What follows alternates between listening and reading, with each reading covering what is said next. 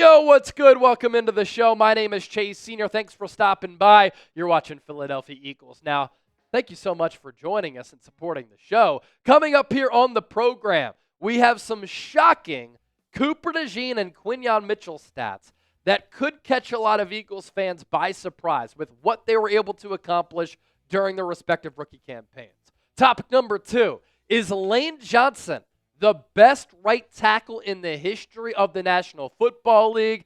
And I have to call out some lazy sports talk radio in Philadelphia. I get it's the offseason, but a radio station did something this week that I just disagree with. And we'll dive into that at the end of the show. Let's start off with the young guns at the cornerback position in that secondary for Vic Fangio, Howie Roseman, and this Eagles team. Last year in 2024, en route to the Birds, capturing their second Super Bowl since 2017, we knew that Quinyon Mitchell and Cooper DeJean were great in year one. But did you know that they were this great? Stay tuned for what I mean coming up here in a couple of minutes. You look at some of the Pro Football Focus numbers for both players. First, Quinyon Mitchell, 22nd overall pick in the 2024 NFL Draft. And isn't it incredible how Howie Roseman went back-to-back first 2 rounds, Quinyon Mitchell, Cooper DeJean, and knocked it out of the park with both of those picks in the first 2 rounds of the draft? I mean, that is just genius-level work right there. Anywho, for Quinyon Mitchell in 2024, here's how he graded out in the regular season, according to Pro Football Focus. So much good on his resume and on his tape. Overall PFF grade, 72.4. That was 33rd among 222 qualifying quarterbacks. His run defense grade was 64.2, 88th, although he dropped back in coverage almost primarily. His coverage grade, 73.3, that was 32nd. Pass breakup numbers, 9 of them. One of the most important stats for me for any corner out there, pass breakups, because it shows, can you make plays on the football? Yes. Do you have instincts? Do you have feel? Can you read what the quarterback is doing? Can you read what the offense is doing? Can you read what the receiver who you're guarding is doing? The answer for Quinyon, yes. He consistently makes plays on the ball. That was one of the biggest things that he did at Toledo. More than 40 pass breakups his final 2 years in college. And so those 9 PBUs as a rookie, ranking 11th among all corners in the game. Passer rating allowed when targeted, not bad, 87.6. A theme for Quinyon, Cooper DeJean, and a lot of these young Eagles players who the Eagles are going to be asking more of going into 2025 because, one, they have to replace more than 4,000 snaps lost with players who left this offseason in free agency, got traded, or in the case of BG, retired. Number 2, Eagles are just banking on them continuing to develop. It's how the young players last year played their best football in crunch time, when the lights were the brightest, when the pressure cooker was on, in the big dance and in the postseason. How about how Quinyon Mitchell performed once the playoffs came around? His overall PFF grade went up from the regular season, 83.1, 3rd among 62 corners. His run defense grade, 77.8, that was 4th. His coverage grade, 81.9, that was 5th. He had 2 picks, that was 1st in the NFL playoffs among corners. And his passer rating when targeted, 33.8. And what became so impressive over the course of the year with what Quinyon did, he wasn't facing a lot of elite competition at Toledo. But at the NFL Combine, ran a 4.4. In college, he was dominant. That's what you want to see. He had the athletic traits, and he had the ability to be a lockdown corner. But nobody thought that in year one, even myself included, as I had him as my dream first-round target for Philadelphia, that he was going to do this well against some of the upper echelon talent in the National Football League. How about these notable wide receivers held under 35 yards by Quinyon Mitchell? Christian Watson in week 1, Drake London, one of the top up-and-coming young wide receivers in the game who's criminally underrated, Chris Olave, Mike Evans, every year that he's been in the NFL, he's gone over 1,000 yards. Brian Thomas was the best rookie wide receiver last year. Malik Neighbors was the second best. CeeDee Lamb is a bona fide top 5 wide receiver in the game, and you can make the argument that Jamar Chase is the best wide receiver in the game. All of those wideouts, Quinyon Bay, they were trapped held under 35 yards by Q. As for Cooper DeJean, in the regular season, overall PFF grade of 79.2. That was 5th among 62 corners. Run defense grade. Out of that slot position, he blitzes. He has to hold up against the run. He did that, 70.6. That ranked 11th. His coverage grade, number 6 at the position of 79.6. He had 1 interception, 5 stops, 2 pass breakups, 1 pressure. Actually, these are his playoff numbers. Here. And so that's how Cooper DeJean performed in the NFL playoffs. A terrific regular season showing when he was one of the highest grade corners in the game. And then in the NFL playoffs, he, like Quinyon Mitchell, was even better. Which leads me to this. I saw this tweet from Eagles Eric on X. Give him a follow. Has his own YouTube channel. Some of the sabermetrics, analytics, graphics that he puts out. His overall Eagles analysis. Some of the best among content creators on X and on YouTube. He put out this graphic that we're about to show you. That Quinyon Mitchell and Cooper DeJean, as rookies last year in 2024, were number 1 and number 2 in man coverage grade across the entire NFL. Remember when Quinyon Mitchell and Cooper DeJean were coming out of school? A lot of people in the pre-draft process had concerns. I don't know if they can play in man. They might only succeed playing zone. Well, let me step aside here this way and just give you a full look at this. Look at right here. That is cornerbacks against man. Number 1 and 2, Quinyon Mitchell, Cooper DeJean. I mean, they are in their own stratosphere here. They are in their own category here. That is really special stuff. That is very unique. This might not ever happen again as far as rookies who are 1 and 2 in their first year in the NFL at a really difficult position to play in man coverage. I mean, shoot, Pat Surtain is right here. He was the defensive player of the year last year. So this Eagles defense, led by Cooper DeJean, led by Quinyon Mitchell, they have a lot of young studs. And that's why this could be the start of a really special run for this core with the Philadelphia Eagles. A lot more to get to here. Hopefully you were informed and you thought that was a very interesting portion of today's show. Still more to get to, as I noted, but hopefully you enjoyed that.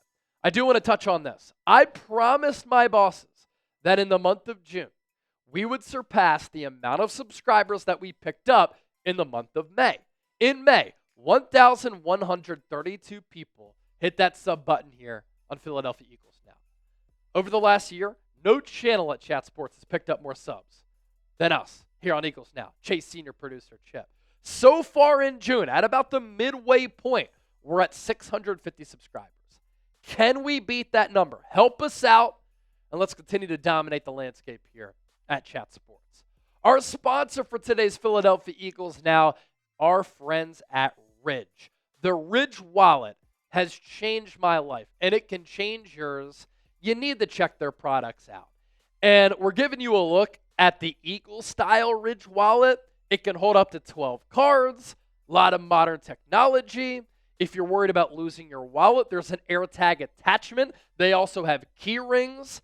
The modern, sleek design and how thin it is, thinner than my iPhone, is just one of the reasons why I love what Ridge Wallet has to offer. And right now, you can get 10% off your order when you use the code CHAT at ridge.com/chat.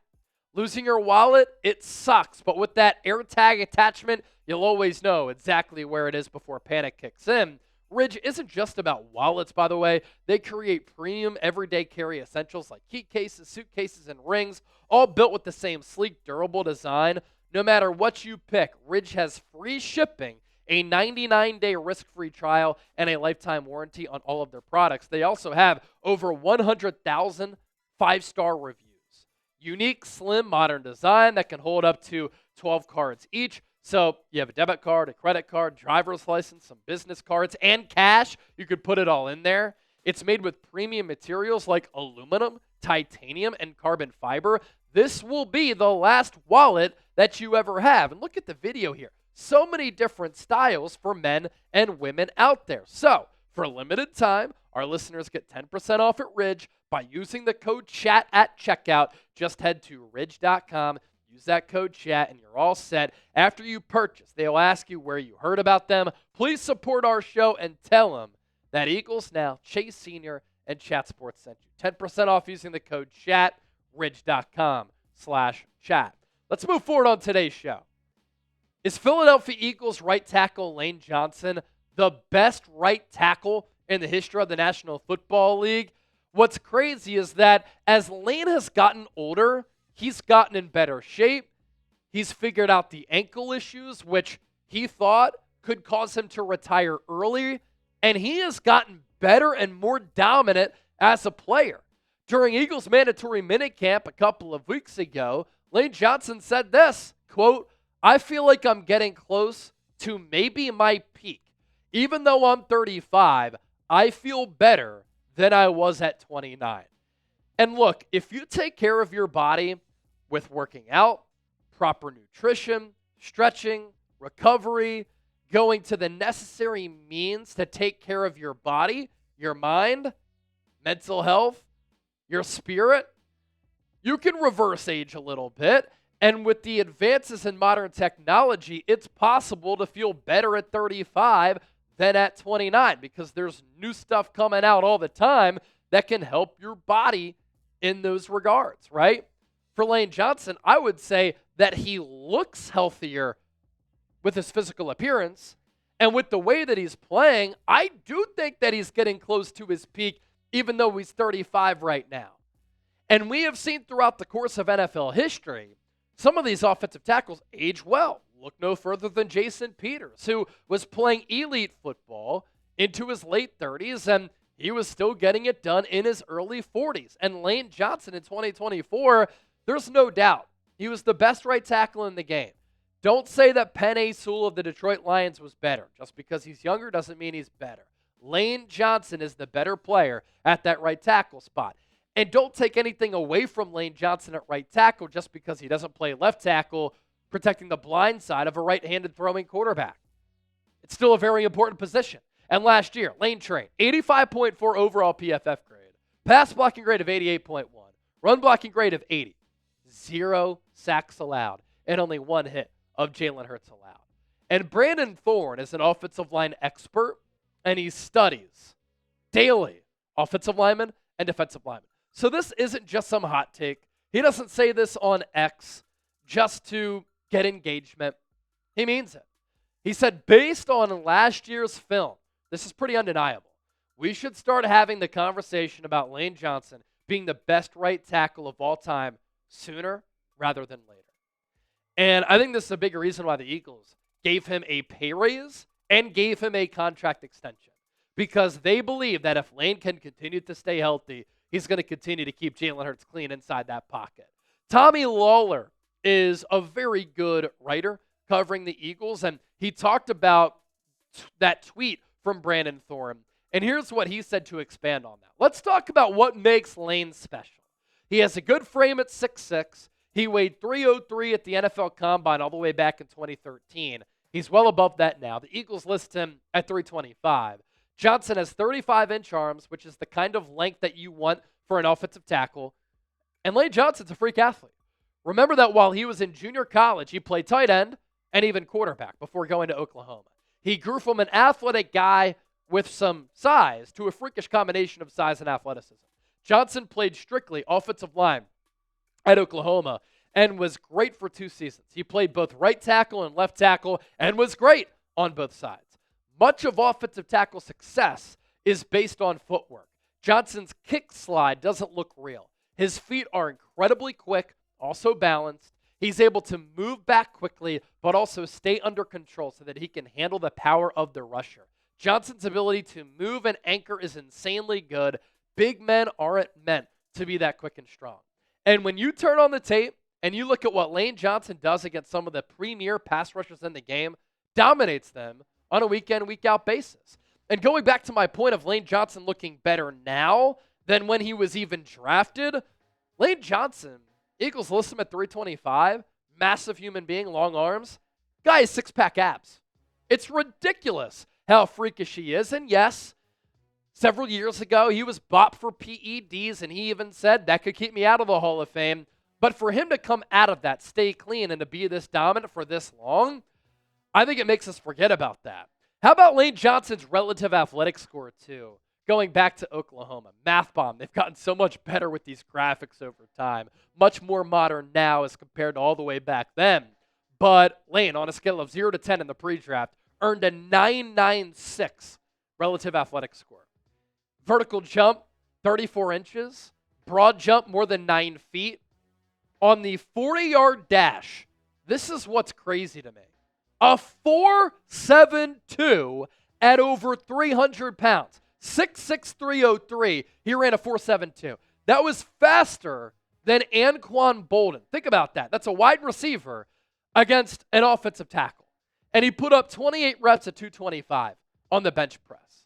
And Lane's dominance in perspective, this really puts it in perspective for me. You think about MVPs, right?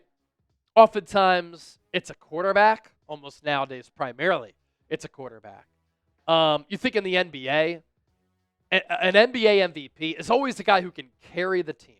And I always gauge MVPs as a player who, if you took them away from their team, how would that team fare? If that team would suck, it goes to show you the value of that player. You can look at wins above replacement and all those types of numbers, how lineups do without that player, how teams do without that player. Isn't it crazy how elite the Eagles have been with Lane Johnson on the field and how bad they've been and how mediocre they've been without him? The Eagles all time, 102, 55-1 with 2 Super Bowls with Lane Johnson playing. Without him, they are 15-23. That speaks to the value and the stellar play that Lane Johnson has given this team since 2013. I know a lot of people don't look at Chip Kelly in a good light in the city of Philadelphia, nor should you. I mean, the fact that he got rid of Michael Vick, Jeremy Maclin, Deshaun Jackson, and LaShawn McCoy when we thought that era of the Philadelphia Eagles could lead us to a Super Bowl, it's crazy.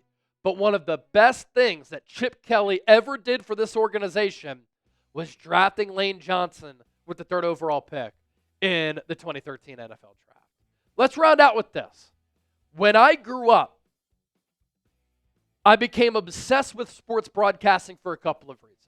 When I was 5 years old and we moved to my childhood home in Westchester, one of the first things I did was turn on Comcast Sportsnet.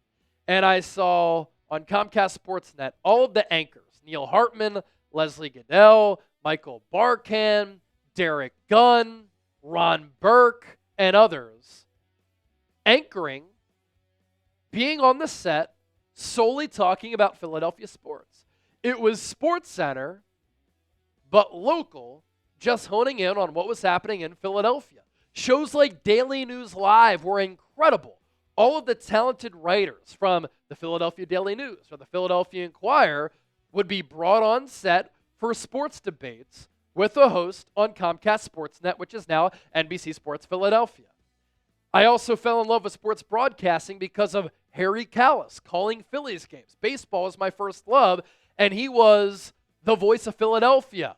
Long drive, it's outta here. Like, he was a legend, right? Another reason why I fell in love with sports broadcasting, at the time, 610 WIP, now known as 94 WIP. And I have some friends who work there. I think it's a legendary radio station. It's one of the few radio stations in the entire country that still has a heartbeat, that still drives revenue and drives listenership, that does extremely well in the ratings. A lot of people have said, sports radio, it's dying. Not in Philadelphia, because this is a fantastic sports town. But they did something this week that I just thought was way too clickbaity. And it was way too much of a reach. And it was so idiotic in a way that you could just tell they were doing it just to stir up a conversation. They had all of their hosts and members of the radio program rank their top 11 athletes in Philadelphia. And I get it. Look, Philly's a football town. Now, WIP is the flagship radio station for the Eagles and the Phillies. Phillies are having a really good season. And there's plenty to talk about on the Phillies front. But this time of the year, from the mid to latter portions of June into July until Eagles training camp gets underway, it's a tough time to host a radio show or to host a sports program. We're finding that out here, trying to find things to talk about every single day. But Joe DeCamara, who has taken over for Angelo Cataldi in the morning show on WIP, that radio program is doing fantastic. A lot of people thought it was going to fall apart without Angelo, who is an institution in the history of Philadelphia sports on the radio. Joe DeCamara's done a terrific job. And nobody knows Philadelphia sports quite like Joe DeCamara, arguably, in the city. He's coming out with a new book. I hope it does well. But he put together his top 11 current Philadelphia athlete list. Who do you not see here to my right? The quarterback of the Philadelphia Eagles, who's been to 2 Super Bowls in 3 years.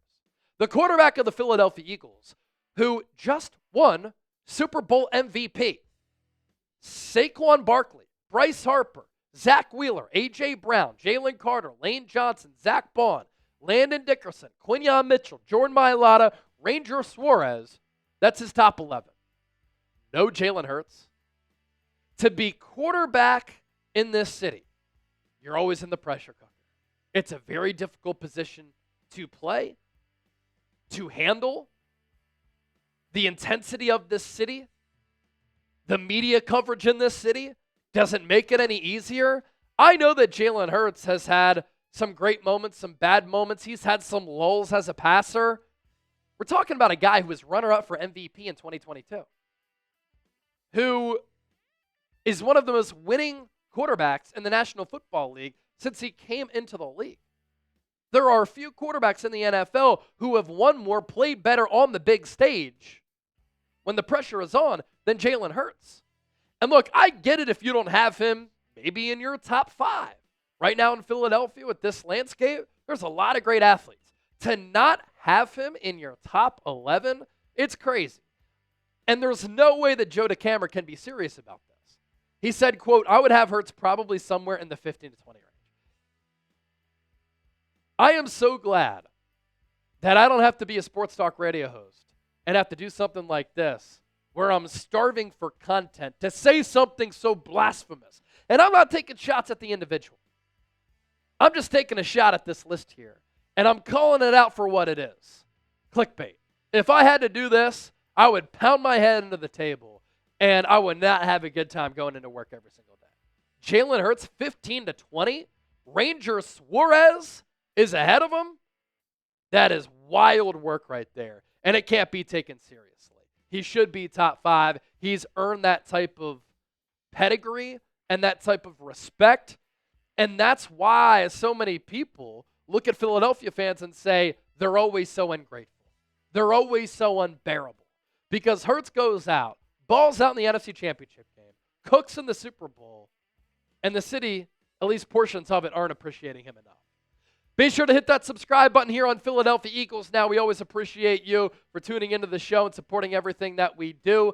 My name is Chase Sr. Thank you so much for being here. And if you want to give me a follow on social media, you can do that as well. I'm on X and Instagram at Chase_Senior. In addition to all of the long-form content that I give you here on the channel, I'm always talking birds on my social media pages as well.